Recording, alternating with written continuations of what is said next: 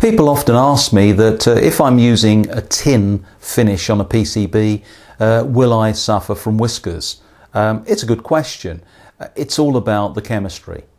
And manufacturers today who provide tin finishes for PCB applications really have developed their materials to avoid the problem of compressive stress. If you have a tin finish and it's under compression, what can happen? Tin whiskers. However, I have seen examples of tin whiskers on printed circuit boards. We have an example here which shows significant growth in tin whiskers, but this is on a board that was produced during the introduction of lead-free technology when tin was still progressing and advancing.